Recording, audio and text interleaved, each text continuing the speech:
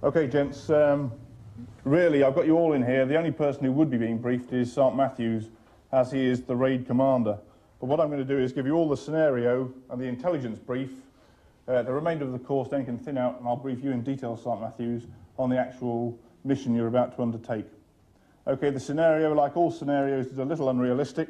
However, if you listen in, you'll get the general gist of what's happening. After your recent escape from the notorious Dostand interrogation centre on the mainland of Rangensha, it's been decided by the brigade commander that inside information gained by ML ranks on the centre makes the MNAW CARDA personnel the most logical choice to carry out a direct action task against the actual fortress.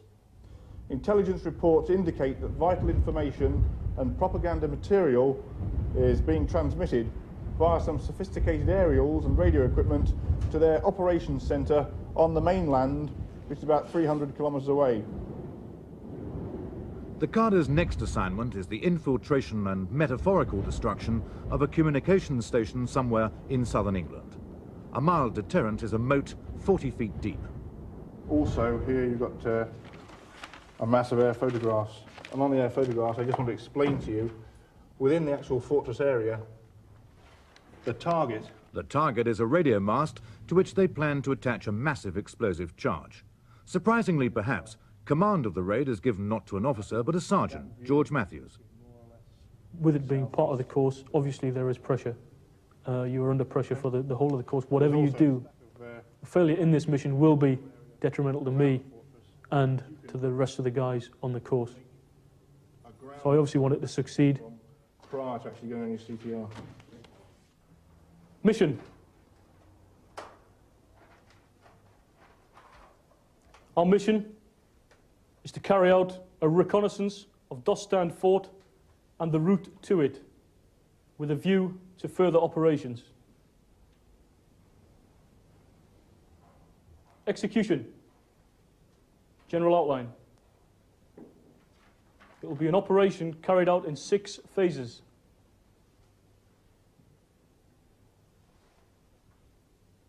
Phase 1, the move from here to raiding squadron.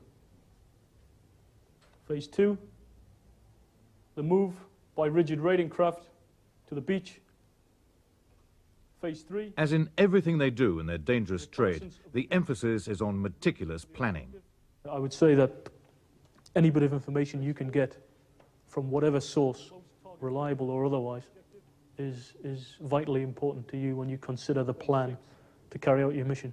You can't even formulate a plan until you've gathered every little snippet you can. If the farmer across the road lets his dog out at 10 o'clock every night, we want to know about it. If he lets his wife out at 10 o'clock every night, we want to know about it.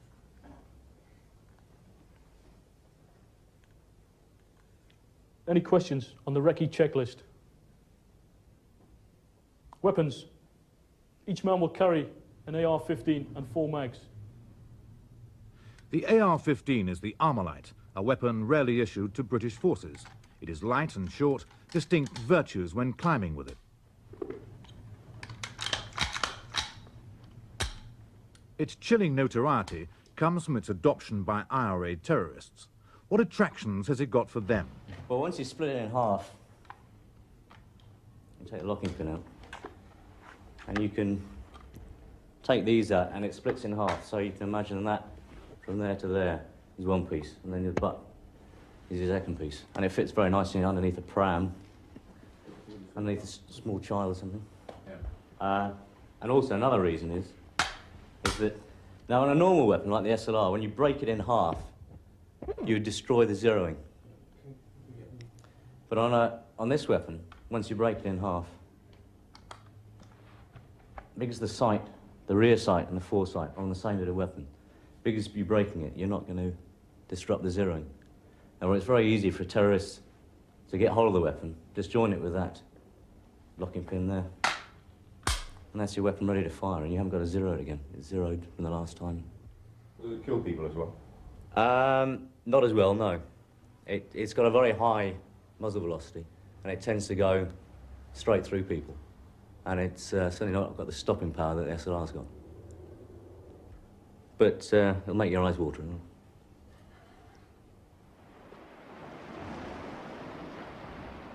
In daylight, they check out the terrain they must pit themselves against in darkness on successive nights. First on reconnaissance, then in the attack. The cliffs are wet and treacherously crumbling. To lose a foothold here has predictable consequences, as Corporal Rory Dale discovered when he fell 80 feet to an unexpected reunion with his wife. I was resigned to the fact that it was such a drop anyway, to me it wasn't. I was resigned to the fact that, you know, at the other end I wasn't, well, I was going to be dead, I really thought I was. And when I hit the deck, to my horror, I was still conscious. So, and it was quite painful. I feel the blood filling my lung up. Well, I rolled onto that side so I could just fire on one lung. But I just thought, it won't be long now, you know, with the way it was hurt. And I thought, I'm either going to pass out or kiss the world goodbye. But unfortunately, I never lost consciousness at all, so I felt pain all the way back here. Well, if it was up to me, I'd like him to come off the course, but he wants to stay on there, so I go along with what he thinks. I'm just glad that he's turned out to be lucky. I think for the way that he fell and for the height that he dropped, he's very lucky to be sat in the bed now. The Marines are to be put ashore by the rigid Raider Squadron, whose coxswains are equally meticulous in charting their course to the yard.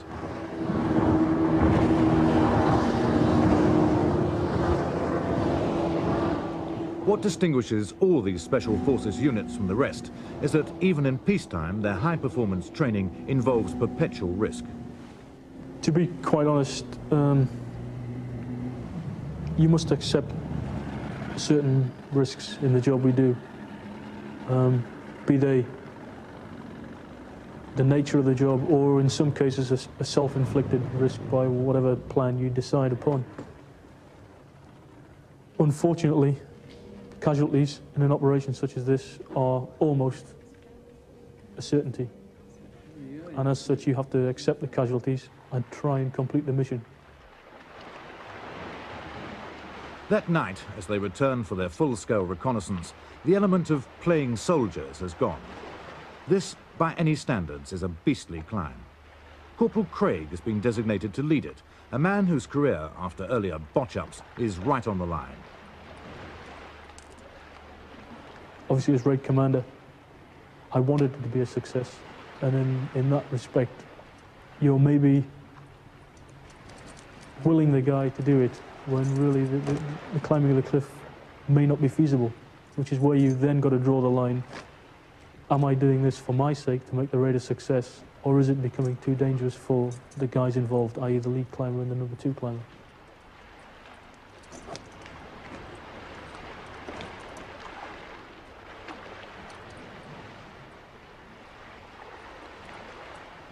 The main danger is the lack of reliable footholds. To paraphrase Corporal Dale, the man who fell off in daylight, it looks horrific. I must admit it does from here. It's giving me a few kittens. However, don't forget, we're looking at a fairly blank bit of wall. The covings in itself is not too bad. The rock is friable, but it's only about grade VDIF. That is the most we ask them to lead at night, unseen VDIF. And that's what it is. But for a young ML2, it's a fairly horrific experience to get out there and to have to lead it. And he's going to be pretty sure of himself. He's done about 40 foot of climbing, and he's got his earth axes out now. And I think he might have even put his crampons on to help him get up the steep earth and up to the top. But he'll know he's done it once he gets there. You're feeling confident nonetheless? I'm always confident. Cut. The rock was just falling apart. There was loads of it. I was digging away the earth, pulling tufts away and digging away the earth just to find handholds underneath on the rock. And even then they were just flaking away.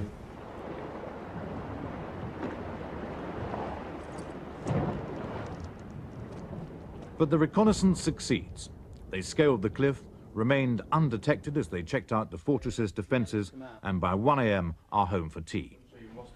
No, I've he's in his got- locker. And he's... It's... Much of the credit goes to Corporal Craig, a man almost uncomfortable with praise. What do you think of it? So you climbed it very well. It was a difficult climb. The main problem was there's no protection.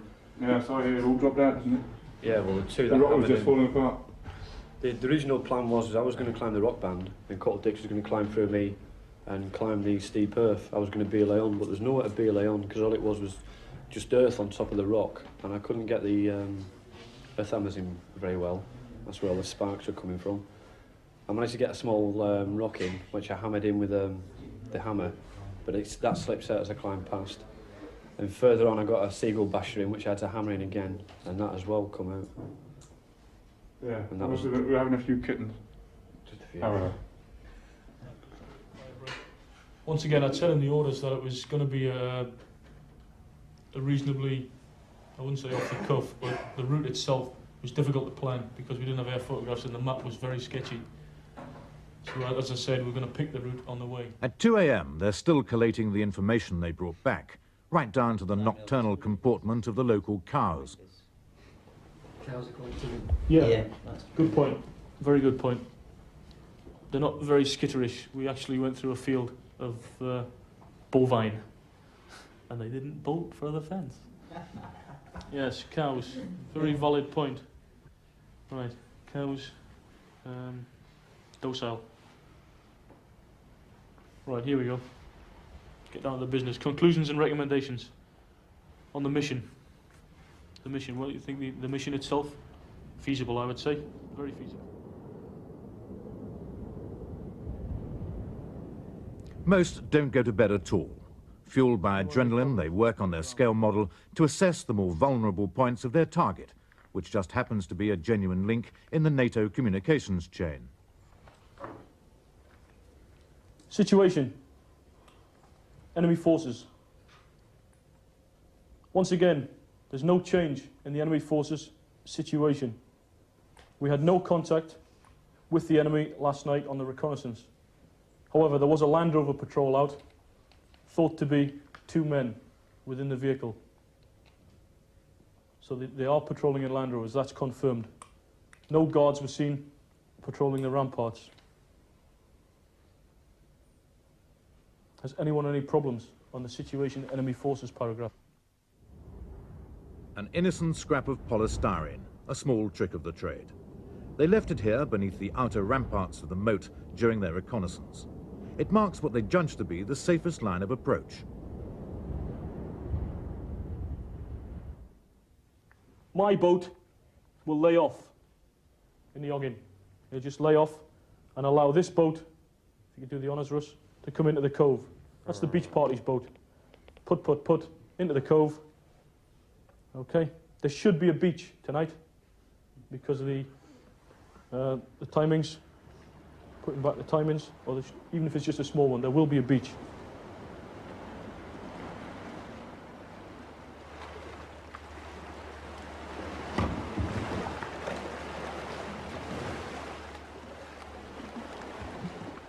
At last, the real test. The raiding party comprises 13 Marines, and who better to lead them up the initial cliff face again than the virtually reincarnated Corporal Craig.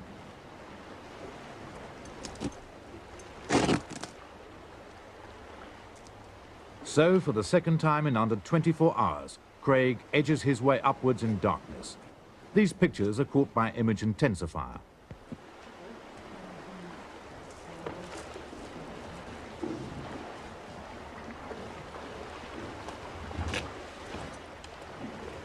A lot of the time he was out of my view, and all I could hear was the grunting and groaning, if you like. He's the sort of guy who would try, and the first you'd know that he had failed to climb the cliff would be when he landed in your lap.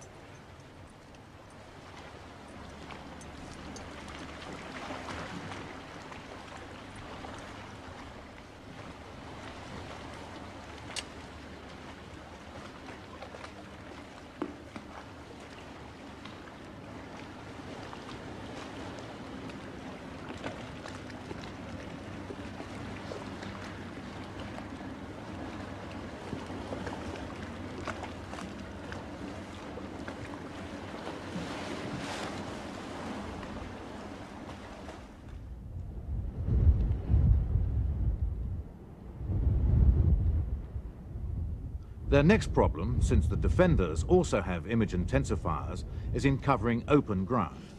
It is here that they adapt their camouflage training skillfully, using a dark background of undergrowth as a blind.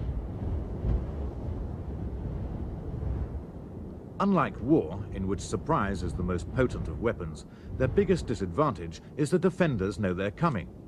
All they don't know is the precise hour or from which direction.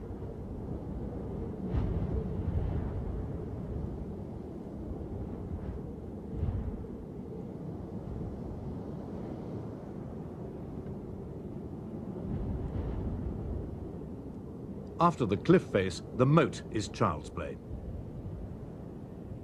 A lot of time is spent prior to giving your orders on contingency plans for all eventualities. Everything to the most minute detail must be covered. If everything goes fine, then great, all you've done is wasted a few hours and some paper. If everything doesn't go to plan, then at least everyone is sure in their own mind what is going to happen should something go wrong.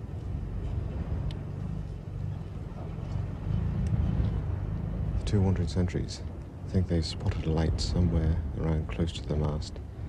So what we intend to do is to stand the guard to, send one of the vehicles through on a normal patrol sweep to have a closer look at it, and possibly send two of the sentries around to take a more detailed search of the area of the mast. If we strike something, then we might get a bit of action. If they don't initiate it, we will.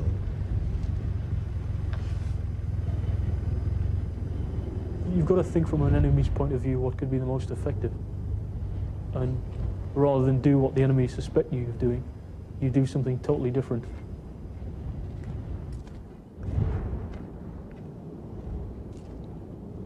Have they done something different? Have they come and gone? Not only have they outwitted the defenders, their own instructors, they've also made monkeys out of a BBC camera team. We waited 4 hours to film them actually planting this dummy charge, and saw nothing but stars. 4:30 in the morning. And here we are, the charge is on not one but two of the masts. Tell me first of all, how many people have you had out patrolling tonight? Well, we've had a total of 12 on the ground, including the drivers who have been doing the mobile patrols. Sentries working around at half-hour intervals, 2 at a time, and taking quite a good look at the area. So, as you can see with the charges being laid, the raiding force, the Two's course, have done very well indeed. We don't know how long they've been here. By chance the sentries have found the charges, and we have seen neither hide nor hair of them. They could have been gone for hours. These assimilated charges will obviously be on a timing device, and for all we know, they could be back in their base camp having breakfast, and these have been blown. And the first thing we would have known was the explosions. They've done very well indeed. I'm just putting my feet on this. They've had to cross 40 yards of that, and they didn't make a sound. Not that we found out. But what they could have done, they can use a lot of other noise. Aircraft flying over, the Land Rover actually moving. Probably the best time for them to come and put the charge was actually when the Land Rover's passed. A lot of gravel noise from the wheels. They just scoot out behind it. Once it's gone past, put them on then and bug out again. Plus they may have lain up for a while watching the sentry routine, which is the normal thing again you would try and do. So, good effort, Bill. Excellent effort. They've done very well indeed. There was no question of them recreating their moment of triumph for television. Like the Magic Circle, the Mountain and Arctic Warfare Cadre are reticent about revealing their tricks. And anyway, they weren't totally satisfied. Well, I wouldn't say a total success. It didn't work out quite as we planned. As he talked to Andy, he had epics with the grapnel idea, which wasn't his fault. It wasn't. The idea was sound. It was just a trick that wasn't sound. But all in all, the guys worked bloody hard, and there it is. We did a good recce, got all the relevant information. The guys, you don't need to motivate guys like this. They're tremendous workers. And you've just seen the work they put in on things like the model. I mean, you're not going to get that anywhere else, except a bunch of guys like this. And it all paid off. Normally, it just wouldn't happen this quickly. You wouldn't do a recce the night before and then hastily crawl out your bed at 7 o'clock in the morning, having had 3 hours sleep, and write a new set of orders for a complete night raid. But if you can do it under stress, when you're tired and when you've just had a hard spill of graft, then you can do it anytime, really. And that's the idea of the training. It's supposed to be hard. There's a lot of pressure on you, because you know if I couldn't have got up there, the whole operation wouldn't have been knackered, or it has certainly been slowed down for a while. Say I'd fell off or I'd just refused to go. If it, like this morning, I was having second thoughts about whether I was going to do the climb tonight. I said to Andy this morning, I says, if I get to the rock face tonight, and I says it sank me out, because it was quite difficult last night. I said, if it sank me out, you're going to have to climb. And he said, fair enough, which meant we'd have had to change equipment round, and he'd have had to lead it. But as it turned out, when we got to the rock face, I felt all right. So I went and did it again. I'm trying to make my mind up whether he's just a damn good climber or whether he's on drugs. Where is he? He's bombed out. I tell you, the man knows no fear. To free it all the way, no protection or anything.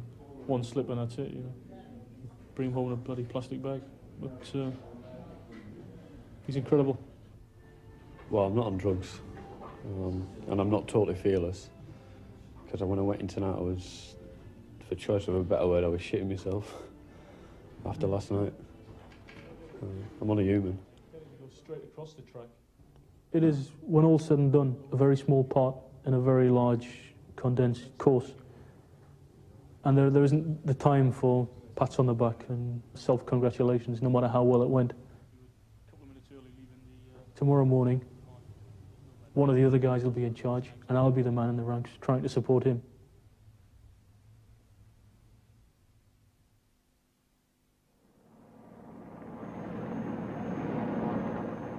Four days later, and after 5 months of preparatory training, the Arctic Marines get their first glimpse of snow in central Norway.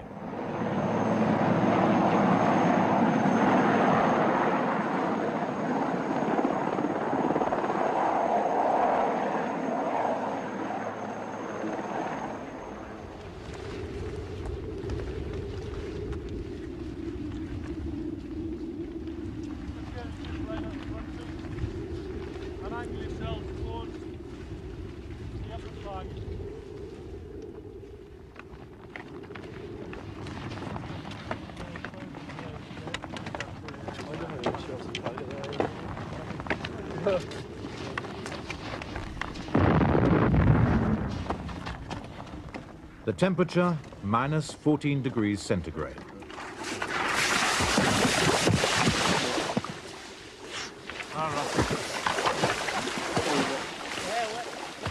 Use your poles. Your poles.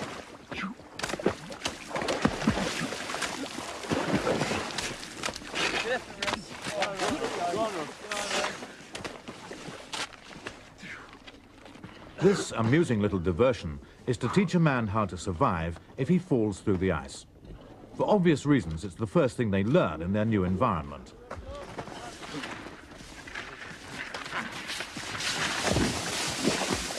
Keep Bergen out. Bergen out. Bergen. Bergen, Jim.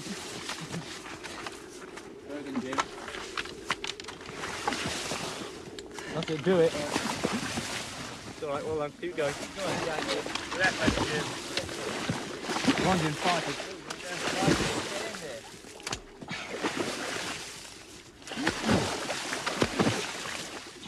Jim, try to get your Bergen out. It's pulling me back in. Get your Bergen out. Now get your other ski pole. Now use both. Well done. The dash to get dry is vital. By Arctic standards, 14 below is a balmy spring day, but a man soaked to the skin wouldn't survive for long. The locals don't risk it.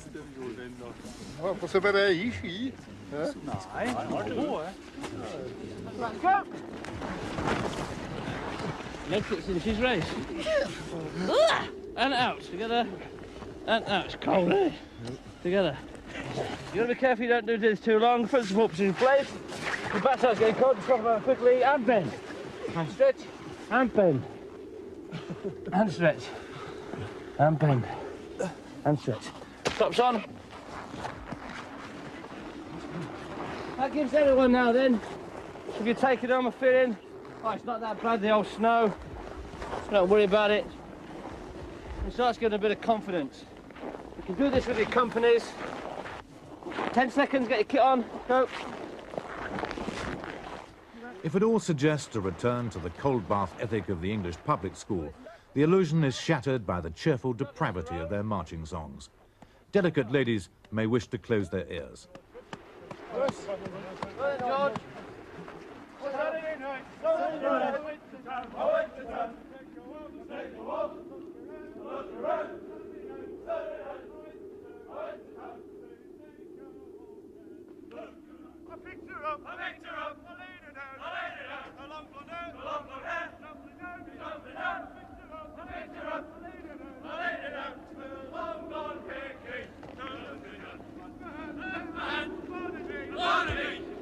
She said, Marie, it is me. I put my hand upon her knee. She said, Marie, you're teasing me. I put my head between her thighs. She said, Marie, you're way too high. I put my head between her thighs. She said, Marie, you're way too high. The way he was. Don't come back down, didn't say anything about coming back down. I just said to the top of the slope, go. Swallow dive. Prove my loyalty to you, off top. Off top, quickly. Go covers on. Covers on. Oh. Was that more Dutch, wasn't it? Oh, go covers on. Oh. Sounded Dutch. We're -14, so get your take on the line. We've got a nice straight line to the top. I want you to repeat after me. What we are about to receive. We are truly grateful. Forward roll down the slope. What up? Yeah! What up? Get in! Get in! As viewers of earlier programmes may recall, the cadre on occasions are no great respecters of rank. Not for the first time, Sergeant Mac McLean gets the full treatment. 1, 2. Thank you, boys. 3.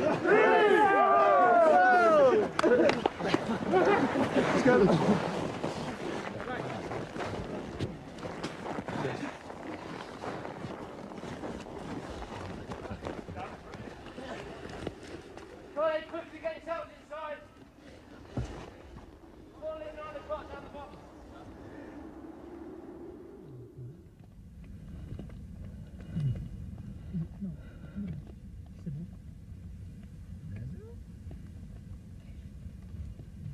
So, the Icemen have finally arrived. Next week, more winter sports of a baroque nature, and back to square one for Corporal Craig.